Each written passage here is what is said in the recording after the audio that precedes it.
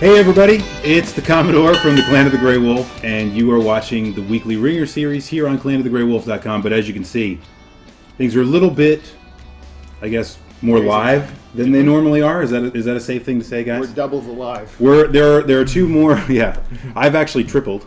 There are three of us, although Rue is clearly in and out on this one. But in any case, we are in the midst of our 60-hour live marathon for charity that we do every year. In case some of you are out there that are watching this that haven't seen it or weren't a part of it, although I imagine that there probably aren't many of you that weren't a part of it at some point.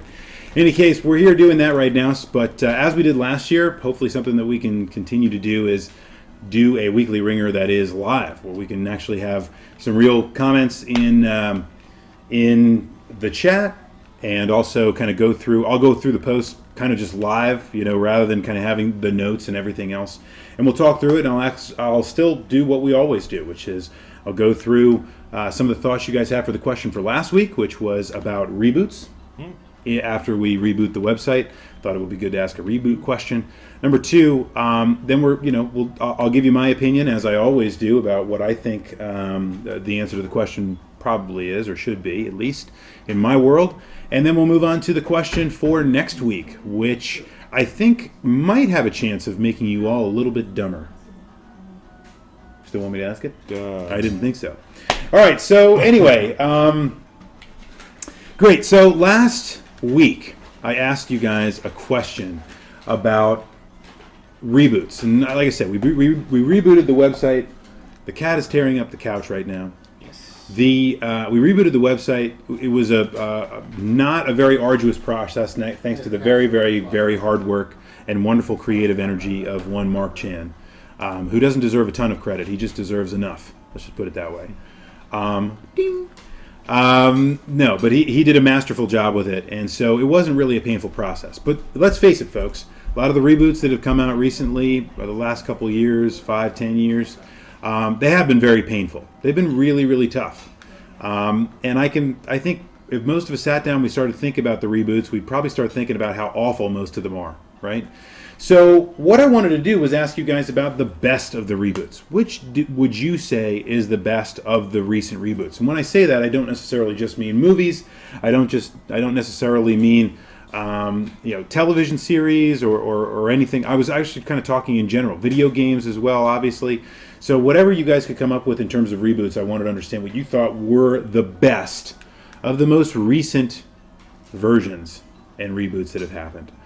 So let's get into the comments. I'm just going to burn through them, folks. So instead of kind of picking out the hits and having it all kind of written down and all that, I'm just going to kind of go through them. That way, maybe you'll get a little bit of my understanding in terms of thought process as well.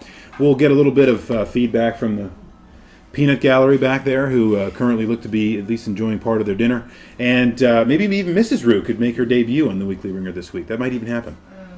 All right, so let's see. Ninto55, which was great to see Ninto back after a while. Mentioned a couple I thought that were really good. And one that I was going to bring up that I thought I haven't really experienced, so I can't really speak to, but I would say would be a definite candidate if this thing worked out, which is the Tomb Raider reboot. Now, Tomb Raider's had a couple of different iterations, but rebooting is kind of strongly wording it until they basically said, look, we're going to go back and we're going to retell this whole story because it's gotten completely out of control. And, while I haven't played any of the newest content, I haven't gotten my hands on any of that stuff. All of the indications I've seen are that it's very strong. Yeah. I don't know if you played any of the new Tomb Raider or anything like that? No, I have not. Did you play any back in the day? I only played the very original Tomb Raider. Just a little bit. The Duke, by the way. I assumed you all knew Rue, but I didn't know if you knew him. Anyway, Duke's going to be helping me out with some of the thoughts today. I think that's a good one. I really like that idea. And I definitely worthy of mention. Here's one that I love, though. Furious George, as befits his contributions nearly every single week to the Weekly Ringer. I thought this was a very strong candidate. Is the Mortal Kombat reboot that just came out last year.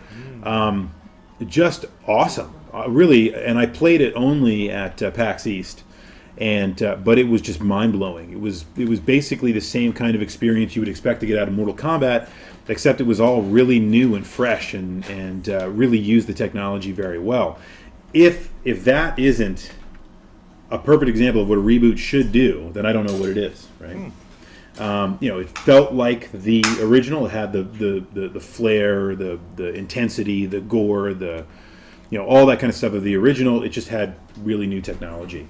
And how many of us wouldn't want to see some of the classics that we had from our childhood actually rebooted with new technology and actually executed pretty near flawlessly? I think we could all name a lot of those. In fact, I've actually asked that question as a Weekly Ringer before. So yeah, awesome comment. By the way, there might be a few cats jumping up and down here in the background, which is no problem. Yeah, so here we go.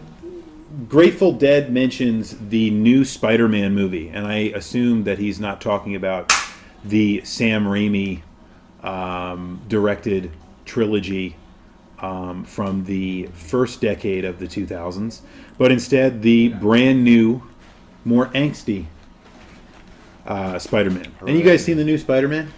No, I have not. No. I haven't either. Is there a reason why? Yes. Avengers. They're like just made. So Avengers is those are two very good reasons. Let's go through those. One is the Avengers came out relatively short order around that. If you were really sick of superhero movies, then you probably weren't going to go see Spider-Man. Number two, and I think it's also a good point. For me, they had just rebooted the series already. Why go see another reboot of a rebooted series that has been rebooted within like the last 10 years? So I don't know if I can get on board with that one. I'm not sure if Spider-Man was really ready to go. Not a good time. Yeah, I'm not on board with that one. Okay. Akira VGA, our good friend from VideoGameAuctions.com, who is a frequent contributor to the Weekly Ringer, thank goodness, also said, brought something up that most of you agreed with, and some of you even said, I've even seen some of you talking about it on the chat while I've been talking here, and that is the Christopher Nolan Dark Knight Batman's trilogy. And I think that's something all of us have seen at least one of those, right? Yes. Yeah. Okay. Even Mrs. Rue's seen it. That means it really has to have been pretty good. So yeah, it's fresh. It's new. It's got good energy to it. It's not just another Batman. It really, I think, plays strongly to the director's strengths, which is something you don't usually find in a lot of reboots. They try to do something that they're not, and I think there are a lot of examples of that. Even within Kenneth Branagh's Thor, Kenneth Branagh is a tremendous director, but I'm just not sure Thor was really any good, because he was trying to do something I think that he wasn't supposed to be doing. What are your thoughts on the Dark Knight trilogy, Duke? Really not. Are you a fan? To be honest, I just never understood the whole need for it. Yeah. The original Batmans were, I guess, kind of hokey, but Original, like original the Michael old Keaton? Michael Keaton, Okay. the old, Not George Clooney. it's clearly not Batman. Okay, that's okay. Gotcha. No, not Batman. Okay. Yeah, I mean, I enjoyed the Michael Keaton Batmans. I think they were just a little bit before my time to enjoy them the way that I probably would have wanted to. Mm-hmm. But I liked what Tim Burton did with that, or at least with that angle, which was he was trying to make a movie that would appeal to adults, and not just comic book fans. I think the new Dark Knight series does that in basically masterful fashion. Don't you think? What? Kind of do things, He doesn't. do He things doesn't at care. once. He's just playing Secret of Man, and he doesn't really care about this at all. Anyway, so I agree. I think it's fantastic. Sonic Rose, in typical fashion, is going to talk about, I think, one thing I'm going to agree with, one thing I'm not going to agree with. One is the Teenage Mutant Ninja Turtle series that was recently rebooted. I've sat down and tried to watch it and realized, I'm obviously in a different part of my life than I was when I was watching the original Teenage Mutant Ninja Turtles, so I'm not sure I would enjoy that show if I were to watch it again right now anyway. But Don't ruin your childhood memories and watch them again. exactly. So there you go. Just remember it as being awesome. So it's kind of hard to compare. But the one I will probably, or not necessarily disagree with, the one I can't speak to is something that only Rue can speak to, and I'm going to give him no time to do it because I don't care, is My Little Pony. So the My Little Pony reboot, which I've heard is just fantastic. And I can't say I disagree with that. I've only seen a little bit of it. I've seen it in bits and pieces. I've never actually watched a full episode. But you know, I don't know. I was never really a big fan, so I can't really speak to that being a reboot and really making any kind of sense. Because at the end of the day, I don't know. I'm not really on that. You're not a brony. I'm not a brony. Do I look like a brony? Yep. Oh, okay. Sometimes. Good. I just wanted to let everybody know. Yeah. Let's see. Moving right along here. All right. Vulcan Assassin. Yes, the Vulcan Assassin, who is also a wonderful and incredible contributor to our weekly Ringer. I want to talk about brought it back down to a games level for us. We've been talking about movies thus far, except for the Tomb Raider example. Let's talk a little bit about some video games that interested him. You know, this one I thought was really good. And he talked about the idea of kind of rebooting almost instead of a reboot, I'll call this a renaissance of the two-dimensional side-scroller. That's really happened quite a bit now, and it's not necessarily a reboot per se because it obviously doesn't speak to a specific storyline that then gets completely rebooted back into retconned or whatever you can think about it to make it work. The issue is it's an entire genre of games that have really found a whole new home. For those of us that grew up with those kinds of games, they're really, really good. And I think people have really embraced the technology now to be able to support these kinds of games on new hardware and with new systems. And the capabilities are fairly easy to exploit. And I've said this many times on the Echo Screen Live and in other places. I love the idea that we could get what could amount to maybe a best of a Super Nintendo generation kind of game on brand new hardware. One of the reasons we love Snapshot, a game that we played at PAX East a few years ago, was because it really was kind of a Super Nintendo experience on PC. So anyway, check that one out if you have a chance. It's a great, great game. All right, cool. Sorry guys, I'm just going to breeze through this. I don't want to talk forever, so let's keep moving some of this stuff. Here we go. Pyrrhic. Talk about Battlestar Galactica. Now this is interesting to me because this kind of brought up a little bit of, I think there's a little bit of a disagreement among folks in the comments about Battlestar. So before I jump in here as any kind of true expert, because I've only watched the pilot. Even though I've watched it twice, because for some reason I keep thinking I'll just watch it and then just jump right into the show, and I just haven't done it. I'm not saying it's not even a good cliffhanger. I just never really had I guess I don't know. I don't know why. They're even all on Netflix now. It's just, all you have to do is go click. Yep. The entire thing Anyway. on Netflix just recently.